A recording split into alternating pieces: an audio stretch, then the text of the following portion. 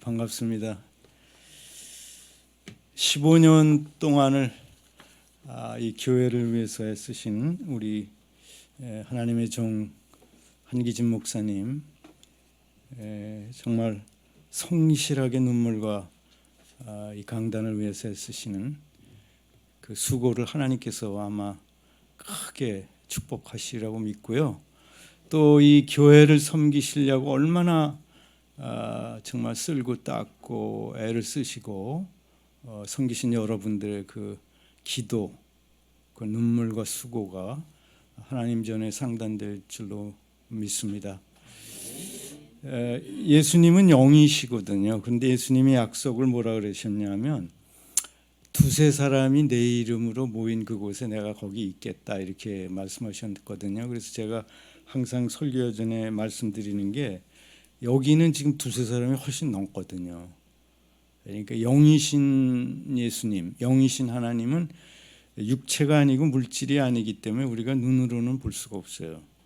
만질 수도 없고 느낄 수도 없지만 그분은 예배 드리는데 꼭 같이 하셔갖고 그 자리에 있겠다 이렇게 말씀을 하셨기 때문에 우리 예배를 기뻐 받으시고 여러분에게 마음의 소원을 다 이루어 주시고 또 여러분이 원하시는 하나님의 크신 축복과 은혜를 이 시간 내려주실 줄로 믿습니다. 그 15주년이면은 이제 그게 잔치집이거든요. 그래서 제가 이 설교를 준비할 때 지금 잔치집에 가서 제가 무슨 말씀을 드려야 될까 이런 생각을 가지고 했는데 요한복음 2장 오늘 봉독하신 말씀이 가나의 혼례의식 그 결혼 잔치집에 예수님이 가신 이제 그런 말씀이에요. 그래서 그거를 통하여서 교회와 여러분들에게 어떤 하나님께서 임재하셔서 축복을 해주실까 그런 생각을 하면서 제가 이 말씀을 준비를 했거든요. 유대인은 이제 어느 나라나 그 나라에 가서 그 나라의 풍속을 알려면 제일 먼저 결혼 예식, 관원상제에 참석을 해보면 그 나라의 풍습을 알 수가 있습니다. 그리고 결혼이라는 건 전 세계 어느 나라를 가는 거나 아주 대단한 그 즐겁고 기쁜 잔치죠. 신랑 신부 들어오고 혼례객들이 이제 잔치 있는데 이스라엘의 유대인들의 그 결혼 잔치는 우리하고 좀 달라갖고 그 당시에 예수님 당시에는 어떻게 했냐면 신랑이 신부 집에 가갖고 신부를 데리고 신랑 집으로 오면서 시작이 돼요. 그럼 우리 지금 결혼식은 뭐 결혼식장에 가서 한 두세 시간 뭐 이렇게 참석해서 뷔페 먹고 오면 끝나잖아요. 근데 그게 아니고 이 당시에 혼례 의식은 일주일간을 하는 겁니다. 일주일 동안 그 동네 사람 전체 손님들이 와서 먹고 마시고 즐기고 이렇게 하는 그 잔치인데 하루가 됐는지 이틀이 됐는지 모르지만 포도주가 떨어진 거예요. 근데 우리나라에서 포도주가 떨어진 거하고 이쪽 중동 지방에서 포도주가 떨어진 거하고는 조금 달라요. 왜 그러냐면 여러분 그 중동 지방에 가보시면 알지만 굉장히 물이 귀한 지역이거든요. 물이 거의 없는 지역이에요. 우물 하나가 굉장히 귀하니까. 그러니까 포도주가 그 음료 대신으로 먹는 그런 것도 있고 하여간 그 나라의 전통적인 음식으로서 포도주가 있어서 그 포도주를 마시고 즐기면서 이제 혼인잔치를 하는데 잔치가 시작된 지 얼마 되지 않아 갖고 얼마인지 모르지만은 포도주가 떨어진 거예요. 이거를 볼 수 있을 때 무슨 생각이 드냐 하면은 이게 잔치집 아니에요.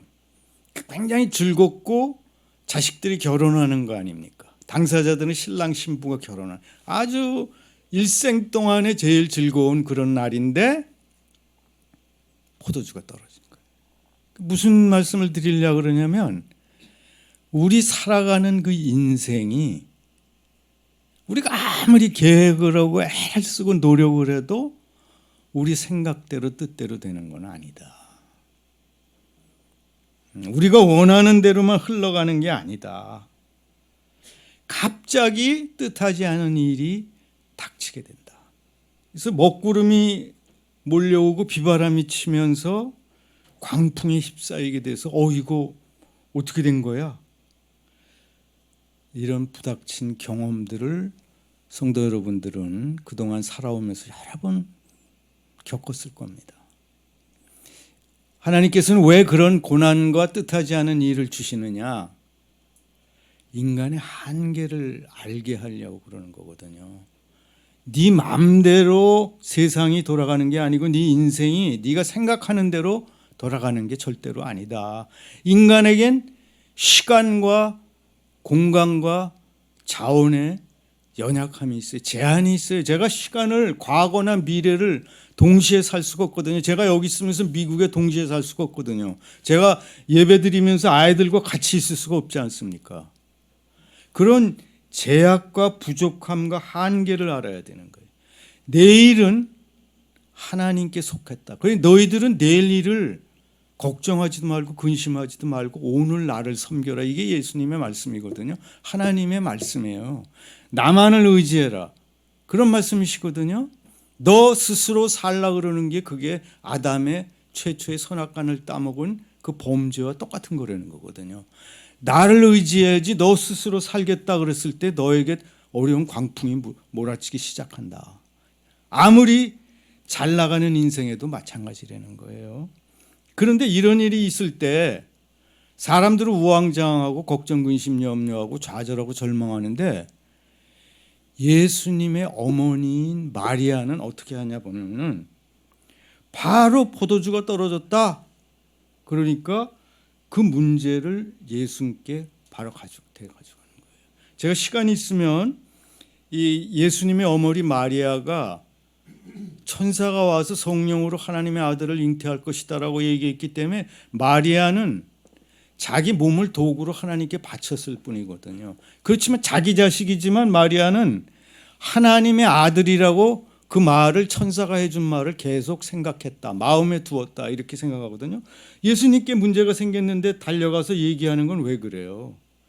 이분이 하나님의 아들이라는 거거든요. 그러니까 저들에게 포도주가 없다 이렇게 얘기를 하는 거예요. 마리아가 포도주가 떨어진 걸 알고선 뭐라 그러냐면 저들에게 포도주가 없다.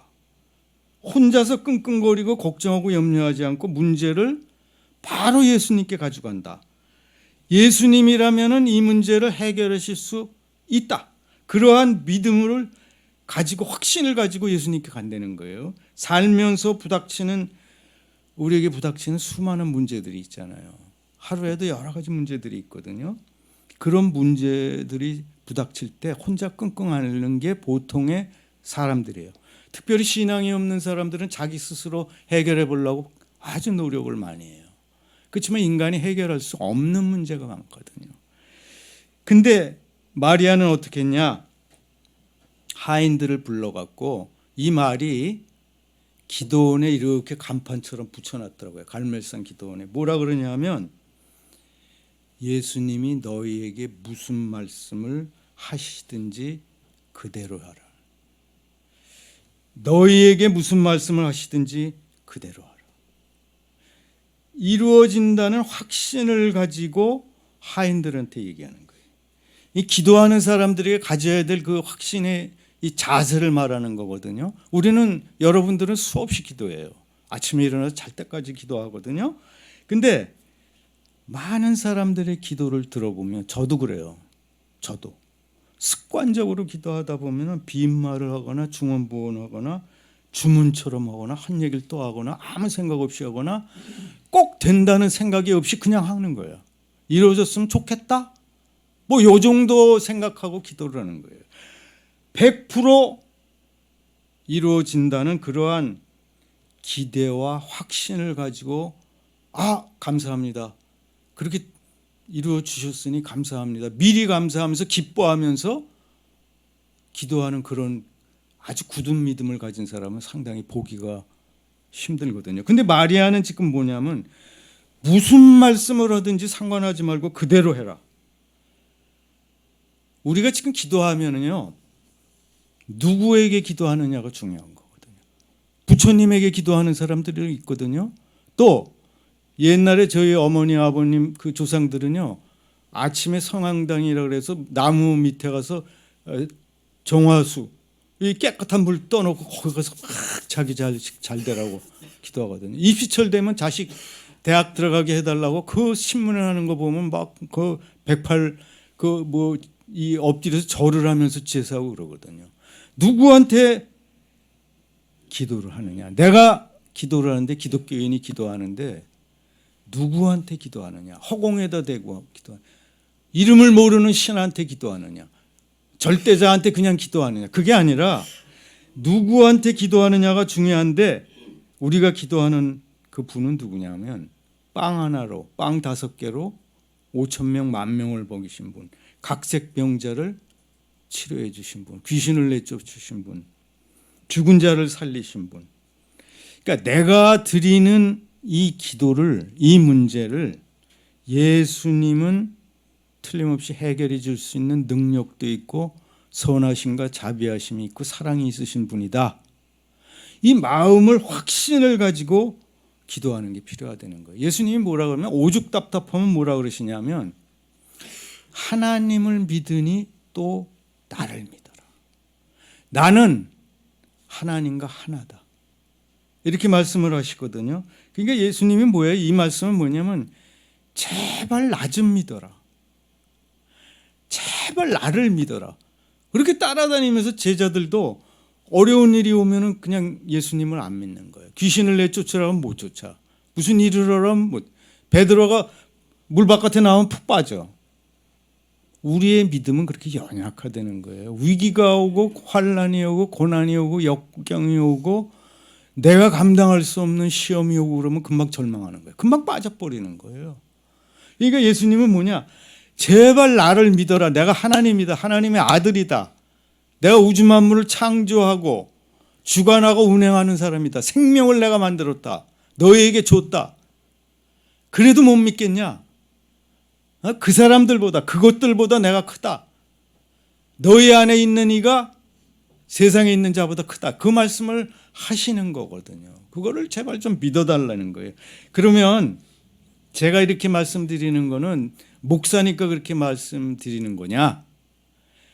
무조건적으로 믿으려는 게 아니에요. 말씀의 근거가 있다는 거예요. 말씀의 근거가 뭐예요? 믿음의 기도는 산을 옮길 수 있다. 믿는 자는 능치 못할 일이 없다. 예수님의 약속의 말씀은 뭐냐면요. 나를 믿는 자는 내가 한 일을 그도 할 것이요 또한 그보다 큰 일을 할 것이다. 이게 요한복음 14장이거든요. 제가 아침마다 기도할 때 꼭 요한복음 14장, 요한복음 15장, 요한복음 16장 예수님이 계속 말씀하시는 게 뭐냐 하면요. 나를 믿으려는 거예요. 나를 믿는 자는 내가 한 일을 그도 할 것이요 또한 그보다 큰 일을 할 것이다. 내 이름으로 무엇이든지 내게 구하면 내가 이룰. 내 이름으로 해요. 내 이름으로. 예수님의 이름으로. 우리가 기도할 때 왜 예수님의 이름으로 기도합니다. 이게 뭐 형식이고 기독교에서는 그렇게 해야 돼. 그게 아니라 내 이름으로 구하면 내가 이루리라. 내가 한 일을 너도 할 것이다. 그거보다 더 큰 일도 할 것이다. 왜냐? 내가 하나님께로 감이라.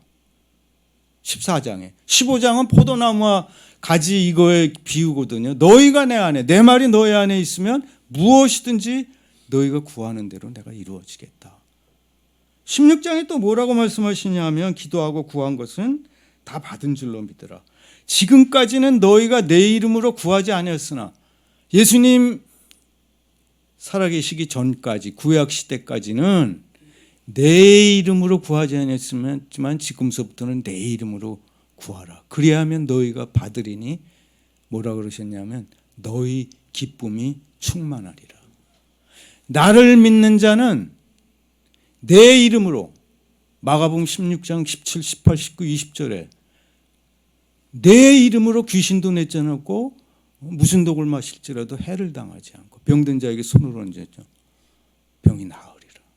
다 내 이름으로 해. 내 이름으로. 우리가 기도한다고 목사가 기도한다고 능력 있는 게 아니고요. 저 사람은 능력이 있어. 그게 아니고요. 내 이름으로. 예수님의 이름이 뭐예요? 보증수표라는 거예요. 은행에 가갖고 보증수표, 요새 보증수표 보기 힘들죠. 요새 뭐 카드가 있고 그래서 보증수표를 은행 창구에다 딱 갖다 내면 내가 어떤 사람인지를 신분증 보자 뭐 이런 거 안 따져요. 보증수표는 돈을 주게끔 돼 있는 거 아닙니까?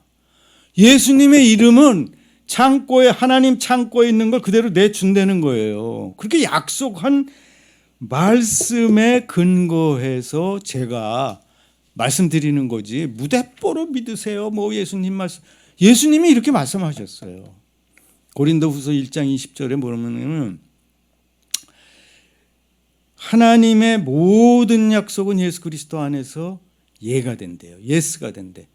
하나님이 지금 말씀하신 거 있잖아요. 모든 약속, 지금 예수님이 하신 약속은 예수 그리스도 안에서 모두 예가 된다는 거예요. 그러므로 그런즉 우리가 그 안에서 아멘하여서 하나님께 영광을 돌린다는 거예요. 아멘이 뭐예요?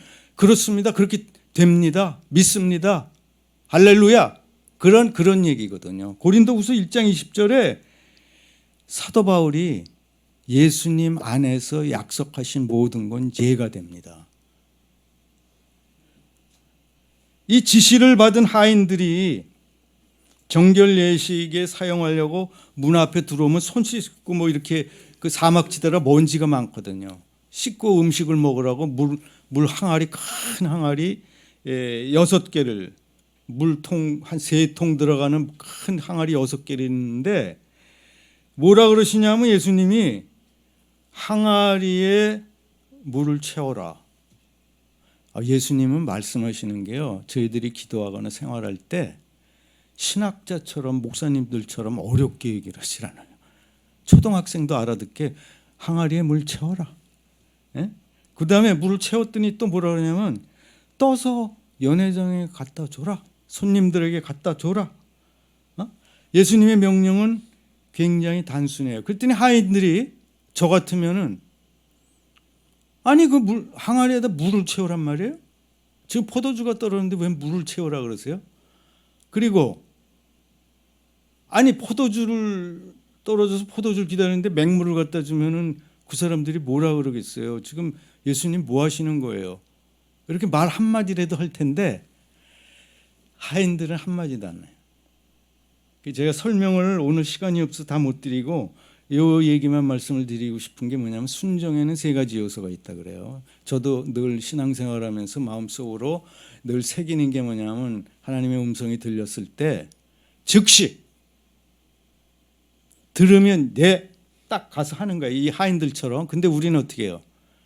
주저 물을 갖다 주란 말이야. 이거 해야 돼 말아야 돼. 이런 것까지도 들어야 되나? 이건 좀 너무 심한 거 아니야? 아니 하나님 예수님이라도 그렇지. 아니 물을 포도주를 만들어 놓은 다음에 떠다 줘라 그러면 얼마나 좋겠어. 근데 물을 떠다 주라는 거예요. 근데 떠다 주는 사이에 포도주가 되는 거예요. 그게 순종이 뭐냐 하면 즉시 하라는 거예요. 그 다음에 아나니아와 삽비라처럼 온전하게 안 해요. 반만 뚝 떼어서. 하기는 하는데 예수님 말씀 듣고 하기는 하는데 2분의 1만 해. 3분의 1만 해. 순종하는데 온전하게 하지 못한다는 거예요. 그 다음에 순종의 세 번째가 뭐냐면 기쁘게 하질 않아요. 감사하면서 하질 않아요. 투덜대면서요. 아이씨, 뭐 교회에서 또 뭐 한다 그러니까 말이야. 뭐 특별 새벽 기도 가긴 가야지. 근데 잠도 못 자고 직장 생활하는데 이거 투덜대는 게 우리 마음에 입으로는 안 해도 속으로는 그런 게 있다는 거예요. 근데 이 하인들은 순종의 3요소, 즉시 온전하게 기쁜 마음으로 주저하거나 망설이지 않고 내 생각과 예수님의 말씀이 다를 때 내 생각을 내려놓고 오직 말씀에 따른다는 거예요. 그랬더니 무슨 일이 일어나냐? 물이 포도주로 변한다는 거예요. 여기서부터 이제 제가 말씀을 드리려고 그래요. 핵심 말씀을 드리려고 그러는데 물이 포도주로 변했다는 거예요. 물이 포도주로 변한 건요, 모양 색깔이 변한 게 아니에요. 화학기호로 설명을 되면 완전히 다른 물질이 되는 거예요. 그러니까 완전한 변화를 얘기를 하는 거거든요. 완전한 변화. 이건 뭐냐면 죽었던 영혼이 다시 살아나는 거. 죄인에서 거룩한 성도로, 사단의 종에서 하나님의 거룩한 자녀가 되는 이런 상황이 벌어지는 거예요. 육의 사람이 성령의 사람으로 바뀌는 거예요. 예수 주 안에 있으면 새로운 피조물이다. 보라 새 것이 되었도다. 새 것이 된, 이게 흥게 변한 게 아니라 새 것이 됐다는 거예요. 여러분 이제 아이들 나잖아요. 그럼 구청에다 호적 신고하잖아요. 그럼 출생 신고 올라가잖아요. 여러분들이 세례받고 새 생명으로 잉태되면 그 순간 하늘나라의 생명책에 여러분들이 기록이 돼요. 이게 엄청난 상황인 것을 여러분이 아셔야 되는 게, 신분의 변화를 여러분들이 확실히 알아야 돼요. 제가 예를 들어 설명할게요. 거지가 왕의 아들인데 잘못 어떻게 해갖고 잊어먹어서 거지로 다리 밑에서 깡통 들고 동냥하면서 먹고 사는 거예요. 근데 왕궁에서 임금님이 찾다 자기 자식을 찾아갖고 왕궁으로 데려가. 왕궁으로 데려가서 뭐라 그러냐면 너는 거지가 아니라 왕자다. 이렇게 얘기하는데 이 거지는 어마어마하게 의리한 궁정에 들어왔는데 믿어지지가 않는 거예요. 그러니까 뭐라 그러냐면 또 눈 뜨면 오늘 밥 먹을 거 어떻게 해야 되나 깡통 들고 또 먹을 거 구하러 다니는 거예요. 그러니까 이 왕이 뭐라 그러냐면 그 아버지가 야 너는 거지가 아니야 왕자야. 그러니까 먹을 거 얼마든지 있으니까 깡통 들고 다니지 마. 우리는 구원해서 하나님의 백성이 되고 하나님의 자녀가 됐는데 계속 깡통 들고 다니면서 그날 굶어 죽을까 봐, 내일 어떻게 될까 봐, 죽을까 봐. 우리의 신분이 확실하게 변화된 것을 느껴야 돼요. 이것이 뭐냐면 물이 포도주로 변한 것처럼 놀라운 기적이에요. 이건 기적이거든요. 제가 한 사람의 예를 제가 듣게요. 제한테 떠오르는 생각이 1963년도에 여러분도 혹시 기억나시는지 모르겠어요. 연세가 60이 넘으신 분들은 기억날 텐데 살인마 고재봉이라고 있었습니다. 고재봉이라는 사람이, 제가 어저께 인터넷을 이렇게 들어가서 봤더니 얼굴 생긴 게 얼마나 무섭게 생겼는지 몰라요. 이 사람이 그 부대장이 군대 생활할 때 부대장이 자기를 모욕하고 못살게 굴고 기분 나쁘게 했다고 원수를 갚아야겠다 이렇게 생각해서 그 얘기를 다 드릴 수는 없고 도끼를 사갖고 이 사람 그 대대장 관사에 들어가 갖고 그 껌껌한데 밤 1시 2시에 그 일가족을 6명을 도끼로 찍어 죽은 거예요. 근데 뉴스에 난 걸 보니까 이 부대장은, 자기를 괴롭혔던 부대장은 딴 데로 전출이 되고 엉뚱한 부대장 6명이 자다가 그냥 도끼 맞아 죽은 거예요. 근데 그 신문 뉴스를 보고 어떤 목사님이 이 인간이 너무 불쌍하다. 이런 살인마가 있을 수 있을까? 이 사람한테 예수님을 전해야겠다. 그래서 찾아가서 예수님을 전한 거예요. 그랬더니 이 살인마 고재봉이 나 같은 사람도 예수님이 영접해주고 용서해주나요? 사람을 6명이나 죽였는데요. 이 사람 옆에는 무서워서 아무도 못 가. 목사님도 처음에 갔는데 그 눈을 쳐다보는데 살기가 있어가고 너무 무섭더래요.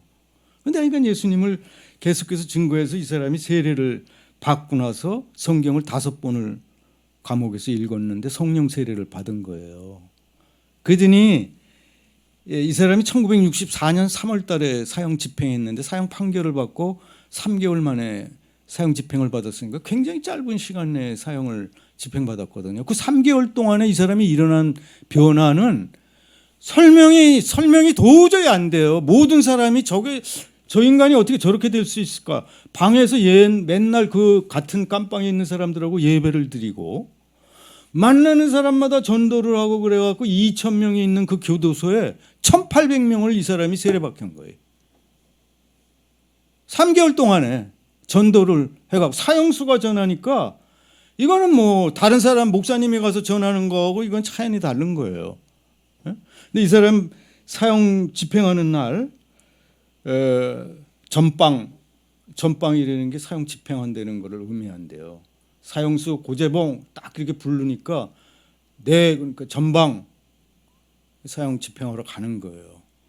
그러니까 이 사람이 뭐라 그랬냐면 제가 웃을 때 총을 쏴주세요. 군인이었기 때문에 아마 총살을 한 모양이에요. 거기 저기 저 VIP들 쭉 앉아 있고 목사님하고 이렇게 여러 명들 앉아 있는데 이 사람이 목사님이 마지막으로 할 말 있습니까?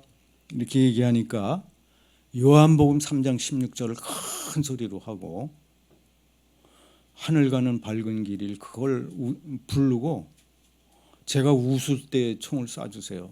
다 그렇게 얘기를 하고 갔는데 거기 참석한 사람들이 두고두고 예수 안 믿는 그 총을 쏜 사람이나 다 지금까지 사형을 그렇게 많이 집행을 해봤지만 이 사람 시신을 보니까 웃으면서 이런 시신 처음 봤다는 거예요.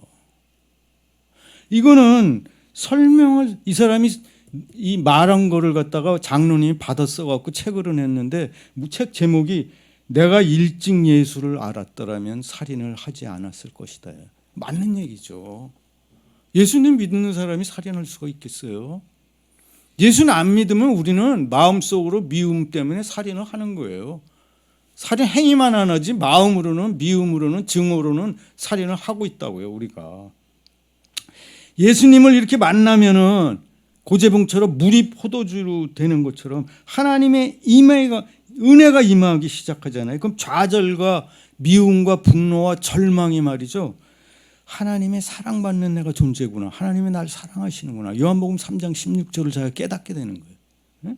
그러면서 자기 마음의 기쁨과 평화와 사랑이 하나님의 사랑이 나한테 임했기 때문에 그 사랑이 나한테 흘러가기 시작해요. 내 안에 있는 어둠이 빛이 들어오니까 어둠이 물러가면서 내가 빛이 되고 그 빛이 나타나게 되면서 그 사랑이 복음 전하는 거로 나타나게 되는 거예요. 저 인간도 어둠 속에서 절망 속에서 살아가는데 예수님을 만나서 나처럼 행복하게 살게 만들어야겠다는 게 그게 전도거든요. 전도해야겠다는 게 아니라 그런 마음이 저절로 생기는 거예요. 예? 우리의 자격이나 노력이나 선행으로 우리가 구원받는 게 아니거든요. 하나님의 선물이에요. 우리가 아직 죄인 되었을 때 예수 그리스도께서 우리를 위해 십자가에 달려 돌아가심으로 하나님의 사랑을 확증하셨다 그러거든요. 우리가 죄인 되었을 때 예수님이 우리를 구원해 줬지 우리가 선행을 많이 해서 구원해 주신 게 아니거든요. 우리가 기도를 많이 하고 성경을 많이 보고 봉사를 많이 하고 그래서 하나님의 의로운 백성, 거룩한 백성이 된 게 아니거든요. 예? 연회장은 뭐라 그러냐면 그런데 좋은 포도주를 먼저 내고 취한 후에 낮은 것을 내거늘 그대는 지금까지 좋은 포도주를 두었도다. 사람들이 처음에는 맹숭맹숭하니까 좋은 포도주인지 나쁜 포도주인지 알지만 취하면 좋은 건지 나쁜 건지 모르니까 취한 다음에 막 물탄 막걸리를 갖다 준다든지 그러는 게 보통인데 너는 어떻게 이렇게 가면 갈수록 좋은 포도주를 내놓냐? 연회장은 왜 좋은 포도주가 나오는지를 모르는 거예요. 그 무슨 말씀이에요? 물도온 하인들은 이게 왜 포도주가 됐는지를 알고 좋은 포도주가 되는 알지만 연회장은 모르는 거예요. 그러니까 여기서 우리가 알 수 있는 게 뭐냐면 기도 응답은 말씀에 순종하여 행하는 사람에게만 나타난다는 거거든요. 그리고 뭐냐면은 점점 더 좋아져. 점점 더 좋은 포도주가 생겨. 인생이 지금보다 더 나은 인생이 되는 게 좋겠습니까? 갈수록 쪼그랑망탱이가 되는 게 좋겠습니까? 예수님이 함께 하시면 점점 더 좋아진다는 거예요. 예수님이 계신 그 잔치집은 점점 더 풍성해지는 거예요. 근데 예수님이 안 계시고 혼자 애쓰는 과정, 이 인생은 어떻게 인생이냐? 포도주가 떨어지는 거야. 계획을 다 세웠어, 내가. 내 노력으로 수고하고 애썼는데 점점 더 황폐해져. 예수님이 개입하고 함께 계시는 인생이 좋겠습니까? 혼자 스스로 애를 쓰고 절망 가운데 수고하고 애쓰는 게 좋겠습니까? 어떤 게 좋겠습니까? 주님이 함께 하시면 물이 포도주로 변하는 그런 기적이 일어나고 풍성한 은혜가 일어난다는 거예요. 어떻게 하냐? 요한복음 10장 10절에 보면 도둑이 오는 건 도둑질하고 빼앗고 죽이고 멸망시키려고 하는 건데 내가 온 것은 너희들한테 생명을 주려고 왔대요. 그리고 더 풍성한 은혜와 생명을 주기 위해서 내가 왔다. 예수님은 사랑이시기 때문에 요만큼밖에 안 돼 이게 아니고 무한대로 주는 거예요. 한없이 충만하시기 때문에 하나님도 끊이지가 않아요. 부족하지가 않는 거예요. 그러니까 예수님 말씀이 뭐냐면 내가 온 것은 생명을 주려고 왔고 더 풍성하게 더 많이. 근데 사단이 주는 거는 빼앗고 죽이고 멸망시키기 위해서 왔다는 거예요. 이 약속의 말씀을 보면 알 수가 있는 거예요. 예수님이 이 첫 표적 가나에서 30살이 돼갖고 공생애를 시작하면서 첫 표적을 물이 포도주로 변하는 것으로 이제 시작을 하셨거든요. 메시아로서 이 땅에 오신 발걸음을 내딛기 시작한 거예요. 왜? 포도주는 말이죠. 예수님이 첫 번째 표적으로 포도주를 만드셨잖아요. 예수님이 십자가에 돌아가시기 전에 성금요일 날 성만찬 하실 때 포도주로 만찬을 하셨거든요. 처음과 마지막이 포도주로 하셨어요. 그 포도주가 뭐냐면 내가 피를 흘릴 것이다. 내 피로 말미암아 니네들이 구원을 얻고 죄 씻음을 받을 것이다. 이거를 의미하는 거거든요. 요한복음에 내 살을 먹고 내 피를 마시는 자는 영생을 가졌고 마지막 날에 내가 그를 살리리니 이렇게 말씀하고 계시거든요. 내 살을 먹고 내 피를 마시는 자는 내 안에 거하고 나도 그의 안에 거하나니. 포도주는 예수님의 보혈을 상징하는 거예요. 피 흘림이 없으면 구원받음이 없거든요. 죄사함이 없어요. 유월절 어린 양의 피. 애굽에서 이스라엘 백성을 구해내려고 그랬더니 바로 왕이 9가지 재앙을 해도 안 보내는 거야. 그러니까 마지막으로 예수님이 하나님이 어떻게 하냐면은 양을 잡아서 그 피를 문설주와 임방에 발라라. 그리고 그 안에 있어라. 바깥에 나가면 안 된다. 그러고서는 재앙이 물어닥쳐서 장자를 가축서부터 사람의 장자를 다 맞아들어 죽이는 거예요. 근데 피를 바른 집은 건너가고 그 재앙이 미치지 않았다. 그래서 그거를 건너간다는 뜻으로 유월절이라고 그러는 거예요. 유월절의 의미가 뭐냐 하면 예수님의 피를 내가 먹고 마시고 바르고 하면 그 재앙이 넘어가기 때문에 내가 지옥에 가지 않고 구원을 받을 수 있다. 처음 표적을 행하심으로 자기가 십자가를 지고 죄 씻음의 보혈을 흘리실 것을 보여준 거예요. 내가 죄인을 구하러 이 땅에 왔다. 나로 말미암지 않고는 하나님께로 천국에 갈 수 있는 사람은 아무도 없다. 핵심 메시지가 뭐예요? 예수님이 있는 곳이 곧 천국이다. 예수님이 있는 곳은 점점 더 좋은 포도주가 나오는 것처럼 풍성한 삶을 살 수 있다. 반대로 아무리 잘 살고 행복한 것 같이 바깥에서 보이지만 예수님이 없는 곳은 지옥이다. 인생 도중에 포도주가 떨어진 것 같은 그런 황폐한 곳으로 변한다.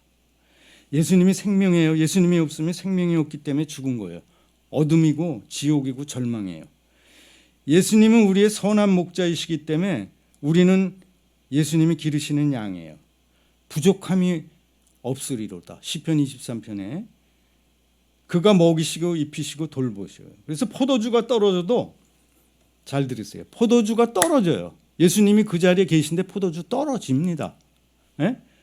문제가 생겨요. 상황이 힘들어도 주님이 함께 하시면은 극복할 수가 있다는 거예요.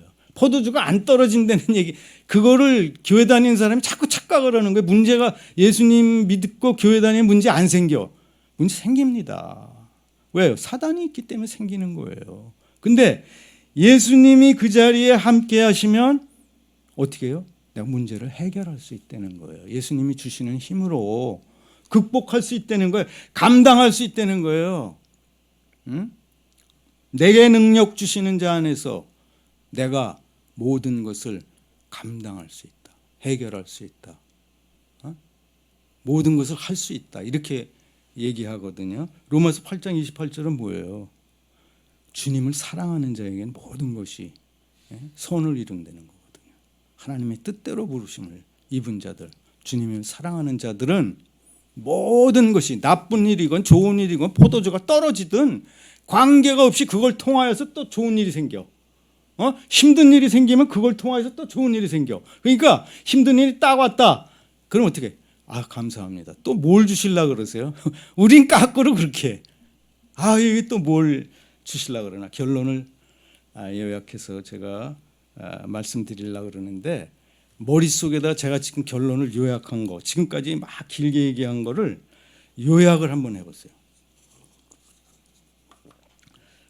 원래 우리 인생은 하나님이 인간을 창조하실 때, 아담과 하와를 창조하시고 에덴 동산을 만들 때 심히 보기에 좋았더라, 그렇게 창조를 하셨어요. 그래서 잔치집 같은 그런 인생이에요, 우리 인생이. 근데 문제가 생기기 시작해. 왜 그래요?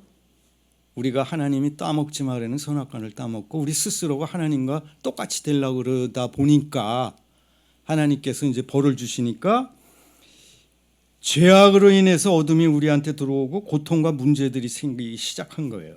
그래서 살면서 우리에게 닥치는 수많은 문제들, 스스로 해결할 수 없는 그런 문제가 우리가 부닥칠 때, 자, 첫 번째가 뭐예요? 예수 믿는 사람은 문제가 생겼다. 딱 그러면 문제는 기도로. 꼭 외우세요. 첫 번째가 문제가 생겼다. 자녀의 문제, 건강의 문제, 재정의 문제, 문제가 생겼다. 교회의 문제, 문제는 기도로. 두 번째가 예수님께 나아간다. 예수님께 가지고 나간다. 그 문제를 예수님께 부탁드린다. 그 문제를 예수님께 올려드린다. 그분은 우리의 선한 목자가 되시기 때문인 거예요. 세 번째가 문제를 해결해 주신다는 확신을 가지고 기도를 올려야 된다. 그냥 막 주문 외듯이 그냥 습관처럼 중얼중얼 그리고 툭 털고 일어나 갖고 그냥 되든지 말든지 난 몰라, 이게 아니고 정말 제 생각에는요, 혈루병 여인처럼 주님 앞에 엎드려서 주님의 옷자락이라도 붙잡겠어요.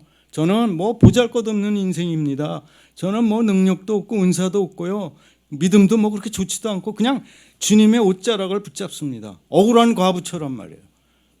관원이 들어주지도 않는 거예요. 억울한 과부처럼 막 가서. 그러니까 그게 뭐냐? 문제를 해결해 주신, 예수님께 졸르면 문제 해결해 주시, 이런 확신을 가지고. 그 다음에 네 번째가 뭐냐? 기도하는데 주님의 음성이 들려요. 이렇게 예배 드리는데 주님의 음성, 우린 각자가 다 달라요. 성령님이 주시는 음성은요 똑같질 않아요. 제가 지금 말씀드리지만 역사하시는 성령님이 여러분의 가슴에 무슨 말씀을 주신다고, 뭘 어떻게 해라 이렇게 지금 주시는 거예요. 그럴 때 이 하인들처럼 즉시 온전하게 기쁘게 감사하게, 여기 꼭 들어가야 돼요. 기쁘게 감사하게. 예서 예수님 알겠습니다. 제가 즉시 하겠습니다. 뒤도 돌아보지 않겠습니다. 온전하게 하겠습니다. 이렇게 하라는 거예요. 그러면 어떻게 돼요? 모든 것의 핵심이 예수님이거든요. 예수님이 함께 하시면 물이 포도주로 변하는 변화가 일어나요. 치유가 일어나요. 놀라운 회복이 일어나요. 저는 이거 아멘 그대로 믿거든요. 그래서 제가 지금 골치 아파하는 거, 저희 설교 작성하기 전에는 제가 솔직하게 인정할게요. 자녀에 관한 것도 제가 걱정하고 그랬어요. 좀 투덜도 되고, 뭐 때문에 그러세요? 근데 요 작성하면서 제가 마음을 바꿨어요. 감사합니다. 하나님 곧 믿음의 그런 선한 결과를 주시겠군요. 기쁘게 감사합니다, 주님. 제가 어저께도 제가 중얼중얼 감사합니다, 기쁩니다. 그 문제가 너무 기쁩니다. 해결해 주실 거니까요. 그렇게 제가 생각을 바꿨거든요. 어떡하냐? 교회가 어려운 문제가 있다. 기도할 때 예수님이 들어주신다는 확신 속에서 기도할 때 부흥이 일어날 것이라는 기대와 확신 속에서 기도하는 거예요. 그 일어난 거를 보는 거예요. 눈으로, 믿음의 눈으로 보는 거예요. 일어난 거를. 상황은 하나도 안 바뀌었어요. 재정이 어려워. 예를 들면 어려움이 있어. 제가 병이 있는 게 하나도 안 고쳐졌어. 근데도 믿음의 눈으로 예수님은 하실 수 있어. 온전하게 기쁜 마음으로 감사하면서 미리 감사로 너희 기도를 올리라 그랬거든요. 빌립보서에. 감사함으로 올리는 거예요. 네? 그러면 어떻게 해요? 결과가 처음보다 나중이 더 좋아지기 시작해. 부족함이 없는 풍성한 인생이 내일부터 돼. 싱글벙글 하니까 이게 행복한 인생이 되는 거예요. 얼굴이 쭈그렁방통이 같이 찌그러진 인생이 아니고 남이 볼 때마다 아니 당신은 뭐가 그렇게 맨날 좋아. 예수님이 날 구해 주셨어. 예수님이 내 안에 계셔. 그 문제보다 예수님이 더 크셔. 그분은 날 사랑하셔. 그래서 자기 생명까지 주고 십자가에 달려 돌아가셨거든. 피 흘려 주셨어. 그래서 물이 포도주가 됐거든. 틀림없이 그런 일이 일어날 거야. 나는 그걸 믿어. 입으로 얘기하는 거고 머리 생각하고 입으로 얘기를 해버리는 거야. 그럼 그 말을 하나님이 들으시는 거예요. 어떤 사람은 속으로만 말로 하는 거야. 말로. 저는 막 길 걸어가면서 예수님 사랑해요. 예수님 감사해요. 예수님 좋아해요. 계속 예수님 듣고 낯간지러울 거야. 아마 견디질 못할 거야. 하도 그러니까. 됐다 야 그만해라. 예수님 사랑해요. 지금까지 살아온 것도 고맙지만 앞으로도 주님이 지켜주실 것입니다. 예수님이 길이요 진리요 생명이요 해답이요. 응? 예수님이 모든 거의 핵심이에요. 자, 앞으로 어떤 일이 여러분과 저한테 일어날지는 모릅니다. 제가 암에 걸릴 수도 있고 교통사고 날 수도 있고 어려운 일이 생길 수도 있어요. 무슨 일이 일어날지 포도주가 떨어지는 일 같은 게 나타나는 거예요. 그럼 마리아는 어떻게 해요? 바로 포도주가 떨어졌다 그러니까 포도주가 떨어졌다 그런다. 예수님한테 얘기를 하는 거예요. 그리고 하인들한테는 뭐냐면 너희들한테 그 말씀하시는 그대로 해라. 예수님은 어떻게 항아리에 물을 채우고 떠다 줘라. 이게 말이에요. 이 어려운 제가 지금 설명드리는 게 어려운 말이 있습니까? 하나도 못 알아듣게 그런 거 있으세요? 근데 왜 여러분은 그렇게 안 하시냐고. 저나 여러분이 복을 받지 못하는 이유가 신앙생활하면서 우리가 행복하지 못한 이유가 뭐예요? 문제 안에서 그냥 푹 쌓여 있는 거야. 그 문제 때문에 고민이 되고 우리 스스로 그걸 해결하려고 그냥 밤낮으로 고민을 해요. 우리 스스로는 그 문제를 해결할 수가 없습니다. 분명히 얘기하지만 그건 왜 그래요? 영적인 기 때문에 영적인 싸움이기 때문에 우리 같은 육을 가진 인간은 그걸 해결할 수가 없어요. 그러니까 우리보다 강하신 예수님한테 얘기를 하면 예수님께서 즉시 해결하신다는 거예요. 앞으로 여러분들이 어떠한 문제들을 만나실지 모르지만 제가 말씀드린 이 5가지 꼭 기억하시고 집에 가셔서 들어놓으셨어도 꼭 이 문제를 생각하세요. 그러면서 여러분 인생의 모든 문제를 예수님께 맡기고 찬양하며 나아가는 여러분 되시기를 축복합니다. 기도하겠습니다. 고마우신 하나님, 지금도 살아계셔서 우리의 모든 문제를 해결해 주시기 원하시는 주여 하나님 아버지, 기쁨으로 감사함으로 주를 찬양하며 정말 혈루병 여인처럼 억울한 과부처럼 한나처럼 눈물로 주님의 옷자락을 이 시간 붙잡습니다. 하나님, 이들의 기도를 들어주시고 마음속에 그 소원을 물이 포도주로 변하는 것처럼 해결하여 주시옵소서. 이 교회를 주님 15년 전에 세우고 지금까지 이렇게 은혜가 넘치도록 주님 오게 하신 주여 하나님 아버지, 우리의 기도를 들으시고 이 주변에 있는 아파트에 주님을 알지 못하는 예수 생명을 모르고 살아가는 그 어둠의 백성들이 다 이곳에 와서 구원을 얻을 수 있도록 부흥의 역사가, 초대교회 사도행전에 나타났던 그 부흥의 역사가 이곳에 나타나게 하여 주시옵소서. 기도 응답을 받고 물이 포도주가 되는 그 기적을 체험하고 나서 기뻐서 어쩔 줄을 모르고 돌아다니며 예수님을 선전하고 전도하고 전파하는 주의 백성들 되게 하여 주시옵소서. 감사를 드리며 예수님의 이름으로 기도합니다. 아멘.